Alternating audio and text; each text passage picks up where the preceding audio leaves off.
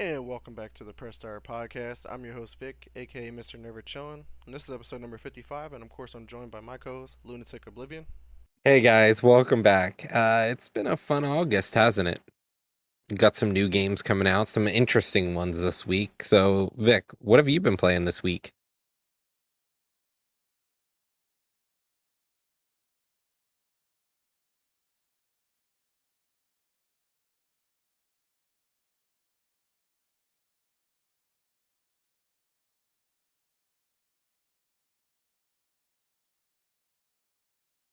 Rip sauce, bro.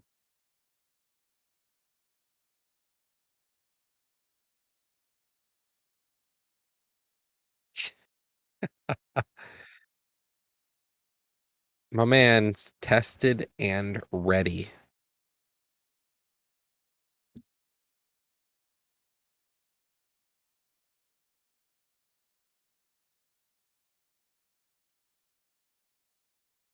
I'm here.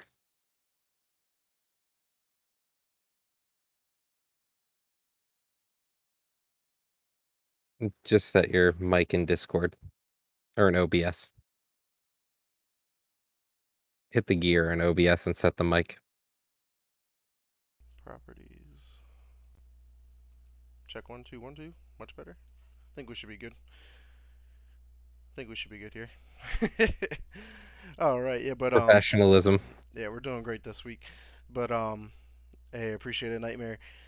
But yeah, Mass Effect 2 Artful Escape is coming soon, and then I'm gonna try to dive into Modern Warfare again, the multiplayer, so I can start preparing for Modern Warfare 2, especially if I plan to try out for Shoot to Win's new Call of Duty team that we're working on. So definitely got to get Mhm. my skills back in order. But what about you, man? I actually picked up the Spider-Man game, the original one for PlayStation on the PlayStation Plus subscription. So I've been playing that. Super fun, actually. I've been having a ton of fun with the Spider-Man game. Hmm. Excited to go into Miles Morales right after it because the game just feels so smooth, looks so good. The frame rate is beautiful. It looks great on the TV. Like I honestly am blown away at how good it was. It Right. really goes to show how good the PS5 can be if you have a good developer. Yeah, yeah, for sure. And I know the excitement is building up for Spider-Man 2, which is probably right around the corner. It's going to come out before we even know it. But Roger, we did play some more of our co-op stream this week with Diablo 3. If you just want to give us like a recap on how that went for us today. Well, I thought it went pretty good. I don't know about yourself. We went through Act 2 this week. We had defeated everything in the desert has to offer, and we're moving on into the mountains now, preparing to fight another one of the old ones. So it's a pretty interesting game, honestly. Altogether, it's a little easy right now, I find.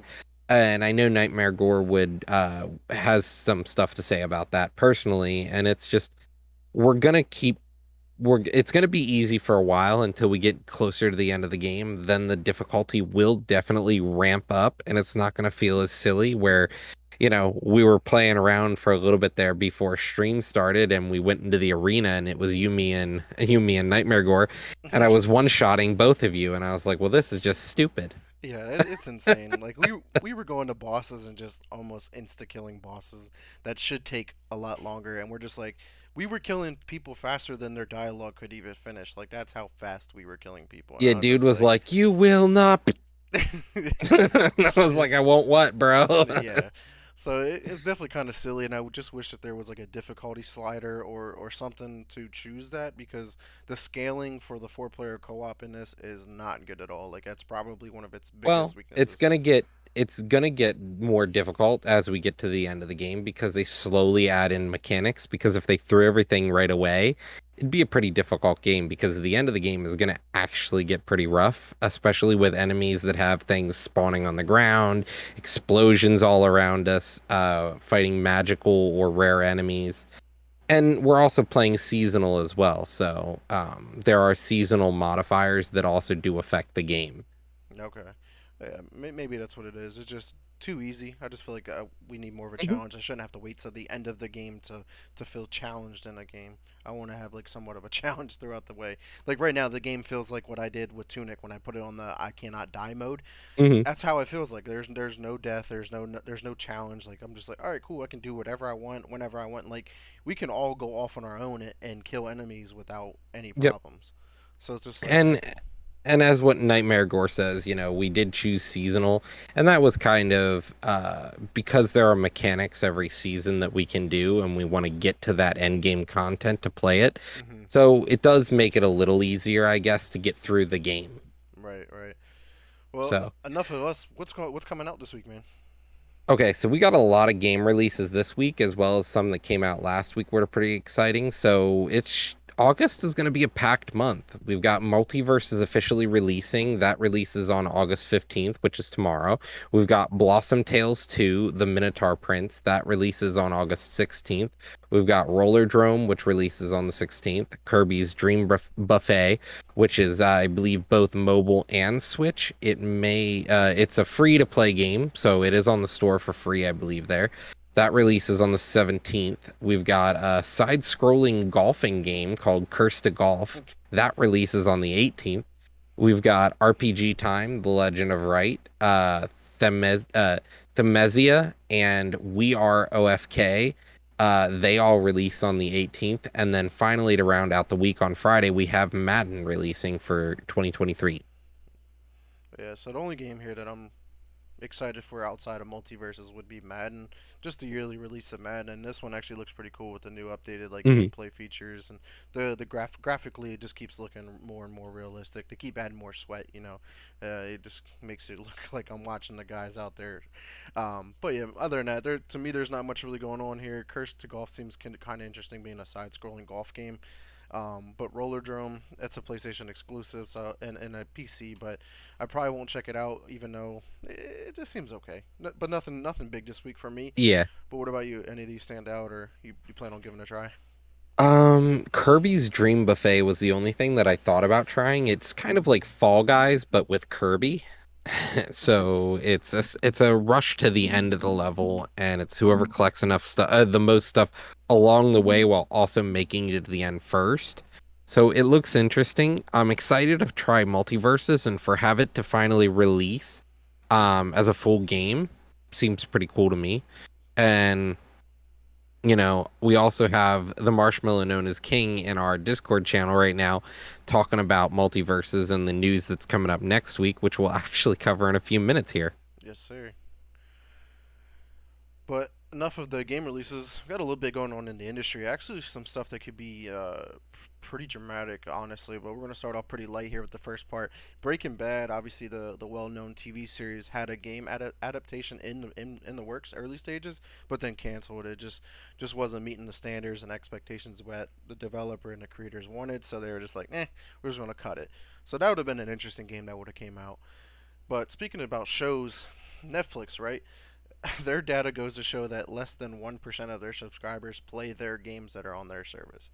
They keep adding It all these new just mobile games and smaller scale games, but no one's playing it them. just doesn't make sense. We called it when we were first talking about it. It's like, honestly, the only way Netflix could have succeeded in the gaming market if they maybe had tied up and worked with Sony. hmm They really could have probably shined as a digital marketplace for Sony, but instead they tried to do a mobile game market. And let's be honest, nobody wants to install mobile games from a third party vendor. Right, and I think the problem is a lot of people, including myself, don't even know really how to get to the Netflix games. Like I know I could find it, but it's just like the ease of It's access not to it is, easily yeah, accessible. right. So no one even knows how to even get to it. Apparently, you have to go on like the Netflix app and scroll to the bottom, click on games, and then it takes you to another catalog, and then you can go and play. Like that's just too much. Well, why is it not at like top of the home screen, whatever? Click games. All right, boom, here I'm playing. Like you could just Yeah, make that way exactly. easier. But another thing I know that might be exciting to you, Trigger obviously has the Cyberpunk show coming out, but they did recently announce the Dungeon Meshi and Delicious and Dungeon by Roku Kai. Yeah. It's a manga coming to becoming an anime. I know this isn't necessarily gaming related, but we do cover Trigger a lot with their shows. And does this one interest you at all? Um, I haven't really looked too much into it. I just every so often I like watching Trigger for their movies, and that's why I'm excited to see some of the things coming to the gaming world for them. Hmm. Yeah, so that'll be interesting. Something though that we did kind of cover last week that I just wanted to recap that leads into the main point that we want to cover is in regards to Activision Blizzard. Still can never go a week without them.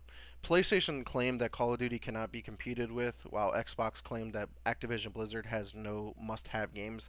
Mind you, there are games like Apex Legends, PUBG, Fortnite, Warzone, like or not. I mean, Warzone is separate from Call of Duty technically, like, but Rainbow Six, they all compete with Call of Duty one way or another. So for them to say that Call of Duty can't be competed with, that's a whole bunch of joke. But Activision, I'm gonna fight you on that point. I think Activision Blizzard can't be fought with on Call of Duty because we're talking about Warzone versus other battle royales. Now let's just talk about a an arena shooter. What really competes with Call of Duty as an arena shooter? the closest, Battlefield fell off the face of the earth. right? You got Rainbow Six, Um, which is an arena shooter. Rainbow Six Siege is just it's not in the limelight. It's definitely not one of the big games out there. It's one of the Um, biggest it games in esports like right now. it, So. it yeah, but it's not like it doesn't seem the community is that big right now. It's not making as many waves in a lot of the news locations that I look at. Hmm. It's not something I see. I see Call of Duty more on gaming talks than anything else, really. Hmm. But the main point that we're coming out of this week is Xbox now is saying that PlayStation is basically paying publishers or developers to keep their games off of Xbox Game Pass, and that's a pretty big accusation here. So if that's true or not, It's and if it is, it is that like honestly, that's their prerogative if it's their developers or their publishers because well, not theirs. it It's like anybody, like third party. They're oh like, yeah. hey, here's $100 million to keep your games off of Game Pass. Like they rather pay someone to keep a game off of a service than even try to get it onto their own service. Like to me, that's hmm mind blowing, and that's just kind of very It manipulative, and you should not do that. I get what you're going for. You're a big Game Pass follower, and I get Hmm. it seems scummy, but the problem is it's not that the action of doing that is scummy. It's Microsoft is slowly becoming a monopoly on the gaming market, and if nobody else wishes to compete with them, and that's the thing, Sony's the only company that can compete with them right now. But if nobody competes with them, they're truly all their own in the marketplace. Steam won't be able to compete with them. Epic, none of these game services will compete in the same facet that Microsoft alone will be its own digital marketplace. Hmm. That's it. You just pay a subscription. You're going to have literally everyone in the world getting this subscription and no competition because there is no competition at the moment. Right. So I think the issue, yes, we should see Sony try to actually build their own platform if they want to compete. But like the fact that they're paying developers and publishers just is trying to help them keep from getting to the point where Microsoft is just this monolithic monopoly that's hard to, you know, Hmm. if they have too much money, there isn't enough leeway to really fight them for superiority anymore. Right. But I know I'm more in agreement with the rest of the gaming industry because, like I said, I listen to a lot of big podcasts as well, a Hmm. lot of the big people that are involved in the communities, and basically what they're saying is, man up. Sony just needs to man up, and if you want to compete, that's not how you compete. You compete Yeah, by providing a service that can compete. and that's what I just said. Yeah, give me a reason to not go with Game Pass as opposed to let me go with PlayStation Plus because you have all the games now instead of Xbox having all the games. Like to me, you could do the exact same thing Xbox is doing, going out to these guys saying, "Hey, we want to put your game on our service. We'll do it right now, Hmm. day one or whatever it is." Like that day one thing is appealing. Like it's a meme in our community, but like that's huge to us. Day one, It you is. release game one or day one. Like it's huge to us. So PlayStation just needs to do something like that instead of Hmm. doing like to me this the shady shit about paying people off. But It's kind of like one of those like yeah, pay to hush hush somebody. Like that's basically and how I look at it. the other counter argument though for Sony's backing is they also said that Microsoft and Xbox is like, oh, Activision Blizzard has no must-have games, and I'm gonna argue that's not true at all. This is a huge merger, and it's a very scary merger Hmm. because it puts Activision, Blizzard, Microsoft into the number one that they're competing with Tencent. They are the monopoly at that point because Activision Blizzard has a lot of must-have games. They have these big titles. They have huge library of things that really are going to be it's going to devour the market. Yeah. You know, we're Oh no, looking at I Call of agree. Duty, we're looking at World of Warcraft, we're looking at StarCraft, Warcraft. You know, we're doing these huge titles. So, you know, World of Warcraft is still nothing to laugh at. Like World of Warcraft still has millions of has a million subscribers still. Hmm.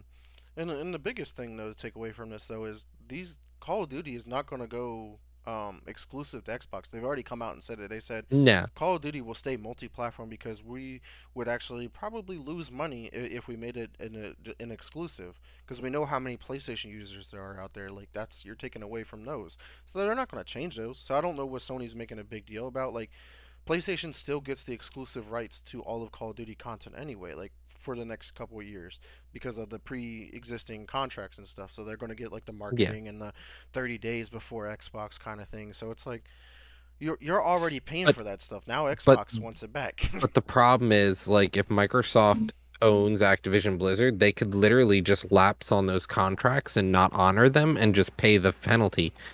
Hmm. But they're going to make more money than paying the penalty and not being beholden to the contract that exists. Yeah, maybe, but I don't So, think Xbox wants to go down that bad PR route. You know what I mean?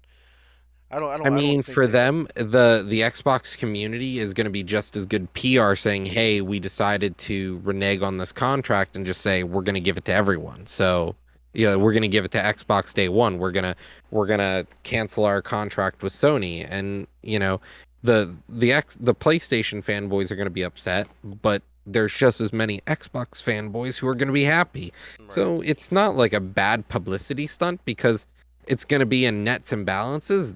They're gonna look better, honestly, and they're gonna make money by breaking this contract most likely because they own Activision Blizzard. It's gonna be a huge win for them, I think. So I think it's a little dangerous. Don't get me wrong, I have no problem with them buying Activision Blizzard, but I do agree that the gaming industry as a whole has a new kingpin, so they have to be prepared to deal with that, and it could Right. be scary. No, yeah, for sure. And to round out our industry news, though, this one's actually kind of frightening, even more frightening than the Activision Blizzard deal going on. Is Taiwan? The whole thing with the United States going over to visit Taiwan has triggered China and the surrounding countries to be like on unease and potentially might want to think about invading Taiwan. But the impacts with that is Taiwan is one of the biggest chip producers, and it would shut down like global chip production. And we already know the issues that we're dealing with now with the chip shortages. Now if you completely shut it off, that's going to be like detrimental to the world. Like that could be catastrophic. So hopefully that doesn't happen. Just wanted to put that on everybody's radar. But Roger, let's get into some happier news. There might be some bad stuff going on, but what's going on in the gaming world? So we talked about MultiVersus here. MultiVersus has already surpassed 10 million players. That has more players than World of Warcraft has subscribers right now. Season one begins tomorrow, which is going to be new battle pass, right?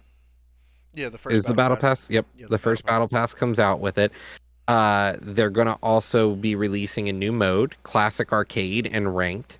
There's also a new character coming next week. Marty will be released on August 23rd as a playable character. So multiverses. When are we getting esports? The professional leagues starting up. Right. I'm sure it's right around the corner, especially with the full release, the first battle pass, new Hmm. content coming, and then they have that new ranked mode. Maybe that's going to be their entry into esports in the early stages, and then we're going to start probably seeing like a multi-versus championship series or something like that. So I'm really curious to see how that blossoms out because the game's doing really well, like 10 million users already. That's incredible. Yeah. No, it's a lot of people. And then next up, we've got ourselves Morty. Morty. I don't know why. Did I say Marty? I did. Because it's put Marty in here. I don't Yeah, know why I said that. Marty, same It's difference. Morty. Morty. Morty, Rick and Morty. Morty. So next we've got Total War Warhammer 3 next week. The map total map for Warhammer 3 releases next week in alpha, I believe, or beta, which is all three Warhammer 1, 2, and 3. So it's get in the car, Marty. So Warhammer is gonna have a full map, the size of all three previous maps put together for Warhammer 3 starting next week. And if you own all three games, you have the ability to play it. If you own one game, any one of the games, and you have a friend who owns all three, you may join their multiplayer lobby to play their game. So it does require that you own all three games and have them all installed. But it will allow you to play Yeah, the map looks all fucking three. huge, to be honest with you. It's huge. Yeah. Yeah, I'm looking at Yeah, it, and it's just like, what? exactly Nightmare. It's going to take a month to complete a game. I honestly am teasing around the idea of doing a weekly or monthly event where we play out, a few hours on the overall map with a bunch of players. Yeah, here's the map for anybody who wants to take a look. It's massive. This is actually probably one of the biggest maps I've ever seen, like in a video game, honestly. hmm It's a huge map and it's all turn-based strategy, including the fact that you have to fight for a lot of those zones and fight each other. Now, every faction that's been in the game will be in the game again. So that means any DLC faction, any faction that was added on in a side map, any of the generals that were in the game, any mechanics that faction had, it's all there. He just wants to take Bassland. Next up, we've got Apex Legends. Apex Legends, the community tried to urge fans to stop playing Apex Legends for the entire month of August due to the Titanfall issues that have been kind of surrounding Apex right now. The fact that Titanfall 2 had such a bad publicity event that happened, as well as the fact that we still don't have any news on Titanfall 3. Where is it? When is it coming out? Are they going to do anything? Are they making too much money with Apex Legends that they're just like, fuck that game? And so after the boycott happened this month, the player count went up. Yeah.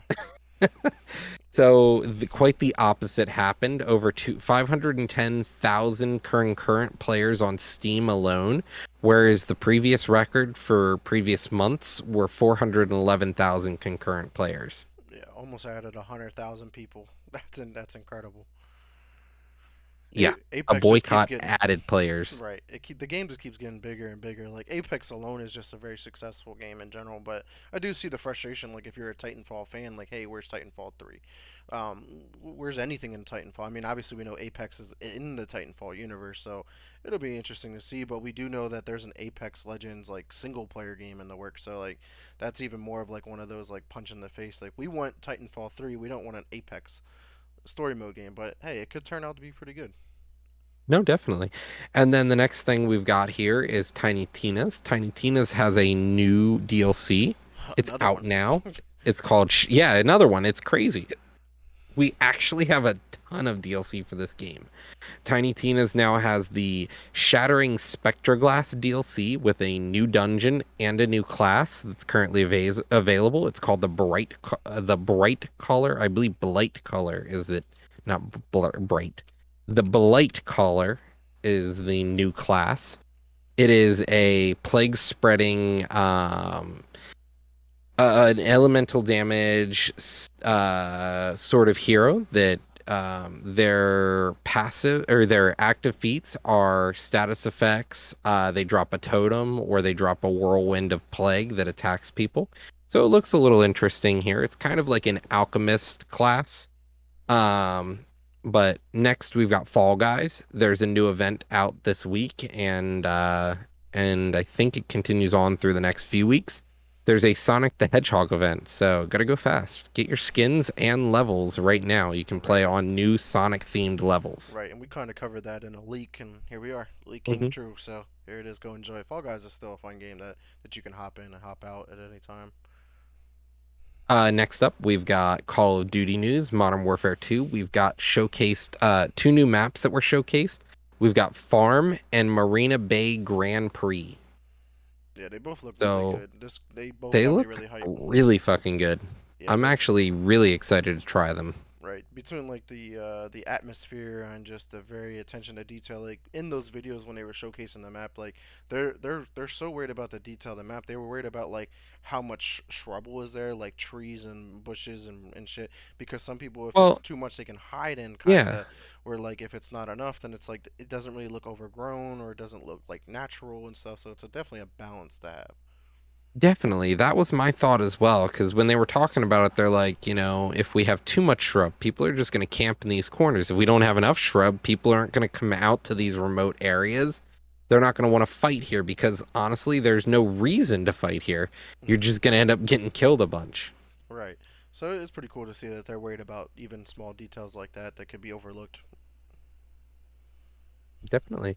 Next up, we've got ourselves Embark Studios. They have decided to push back Arc Raiders, a game that, honestly, what even is it? Sometimes, we've seen this game, Arc Raiders. It's been teased. They're like, it's going to be the greatest game of the year. And we're like, is it? Yeah. Isn't going to be the greatest game of the year? So Arc Raiders has been pushed back to 2023 and delayed because they have another first-person shooter project, Discovery, that they want to launch before it. Right, and Arc Raiders, for those that don't know, it's a free-to-play cooperative third-person shooter where you and your squad of raiders unite to resist the onslaught of Arc. So that'll be pretty cool whenever that does come out. But this new one is like a team-based one. Project Discovery it is. And actually, I don't even remember them even announcing it. To be honest, this one kind of came out of nowhere. Yeah, honestly, I don't think we've ever had anything on here that talked about it being released.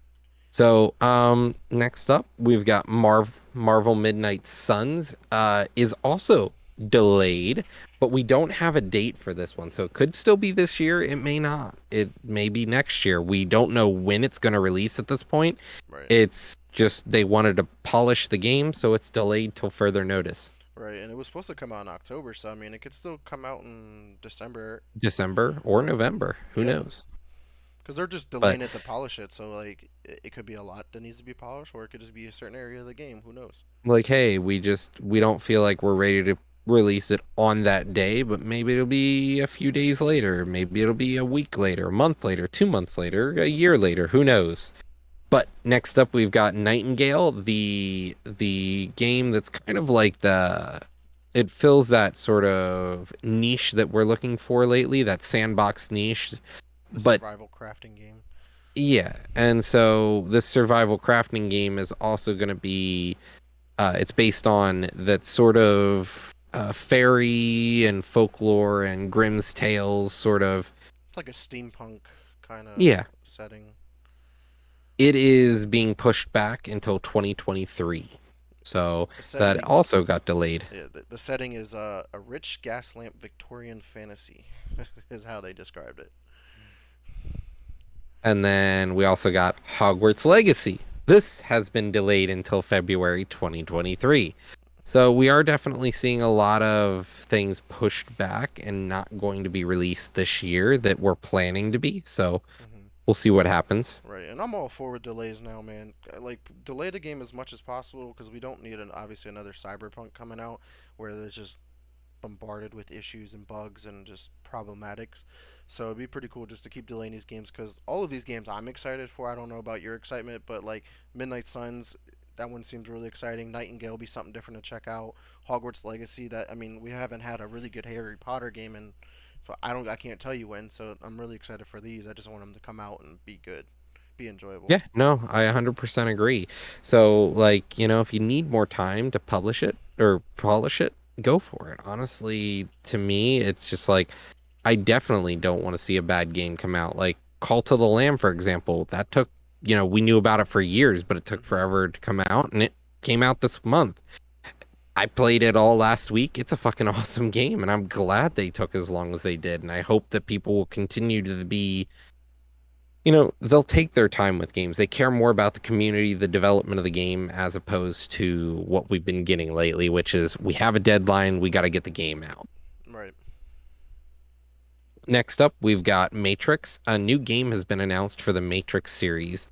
We don't really have many details on it. It's just there's a new game in the Yeah, works. yeah, I can kind of give you some behind the scenes information. It's being Upper Deck announced it. It's a new Legendary Encounters game. So basically, Legendary Encounters, like they had Marvel ones and whatnot. They kind of take like they're like standalone games, but they have like they take parts of each movie and they kind of blend it into like one story per se. And instead it says instead of using stills from the movie, they're all hand drawn cartoons. So it's definitely like a different take on it as well. So be on the lookout for that Mhm. upcoming game. All right. And then next we've got Unknown Worlds. Unknown's Worlds will be announcing their next game at Gamescom 2022. That'll be August, right? Gamescom 2022. We're gonna see August after I get back from It's vacation here. I believe that's the on the 24th. Wednesday. Yes. The 23rd is gonna be the opening night. We will be doing a stream on opening event, so Yep. be on the lookout. We'll release more details soon. And then EA. EA is actually also like FIFA revisiting their contract with the NFL or the NFL. It has been renewed for the Madden deal, which is a continuation. The So Madden that Championship Series is what MCS yeah, is. the championship series is to be more aligned with the actual season. So the game itself will play similar to the NFL season. Well, it's in regards to the Esports League, the MCS. Yeah. That's what that is. So that'll be more in line with the actual season as opposed to like being like a couple weeks off. So now like the Super Bowl and the actual championship of the series takes place in like the same like couple of days or something like that. There you go. So it helps build So more hype and stuff. So makes sense. yeah, it kind of while people are in the football mood, it keeps them in the football mood. Right. And then we've got THQ Nordic. They had their showcase recently, and they've announced a lot of new games. About 12 new games here we've got. So I'm gonna rattle off some titles here, and if you want to give us a little bit of a look into any of them, let us know, and you can stop me along the way. So first, we've got New Alone in the Dark.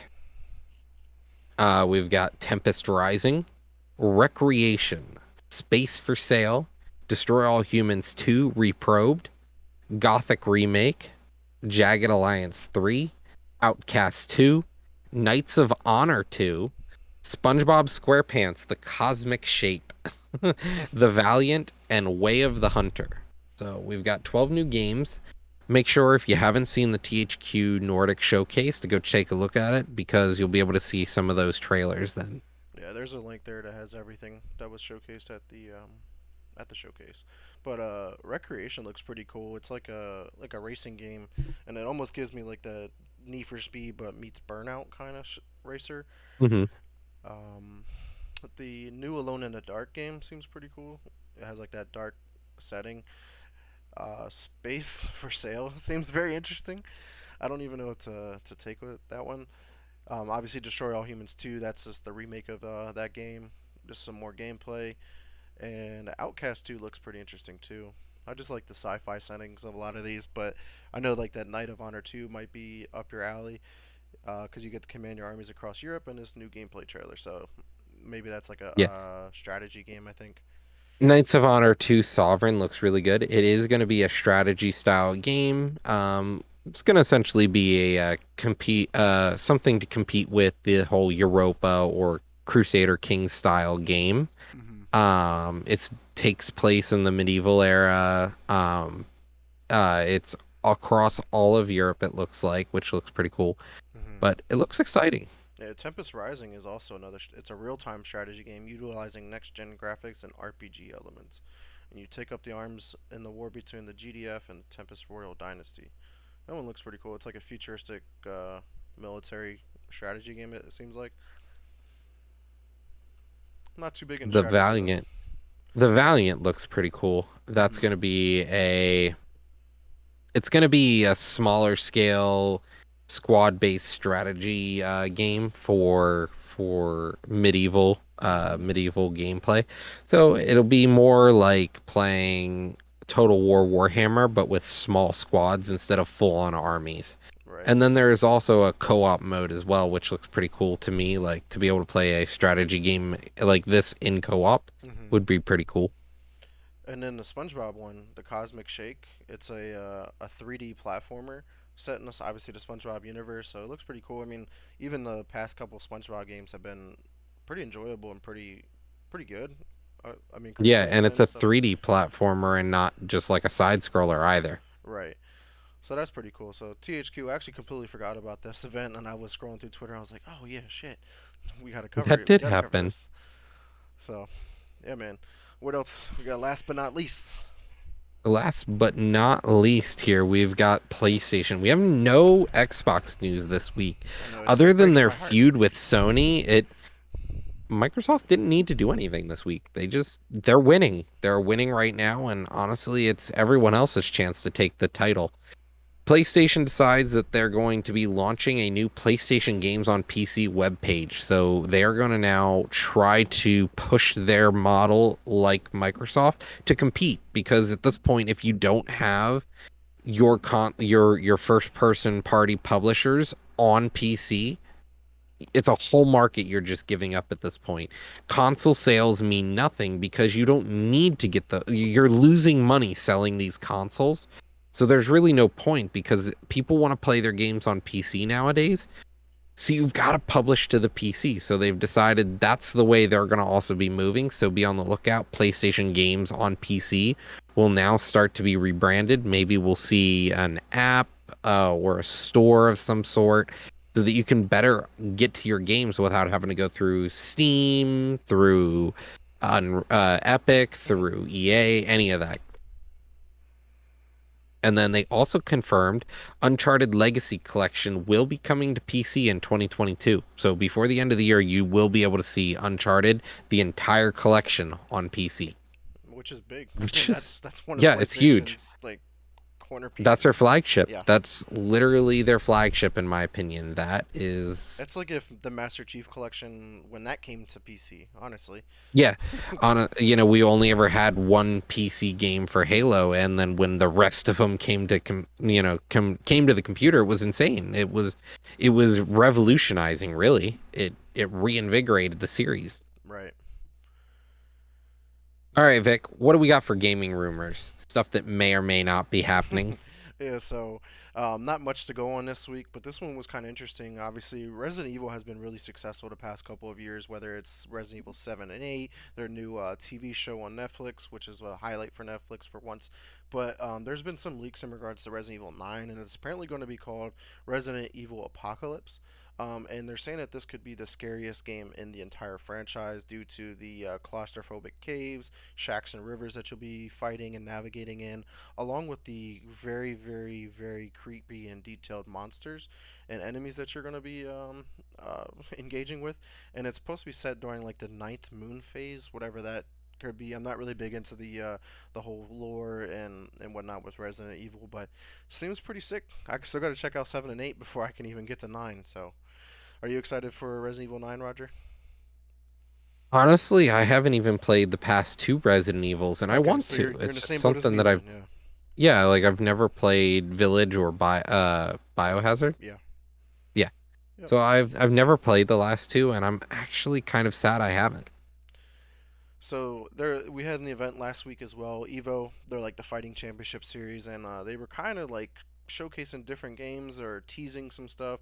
Obviously, we've seen some more Street Fighter 6 gameplay and some new characters there, but they kind of had like a Tekken 8 teaser. Like they had like a trailer play, and it was like an old style, and it kind of did like a nod to basically saying, "Hey, we got a new Tekken game coming."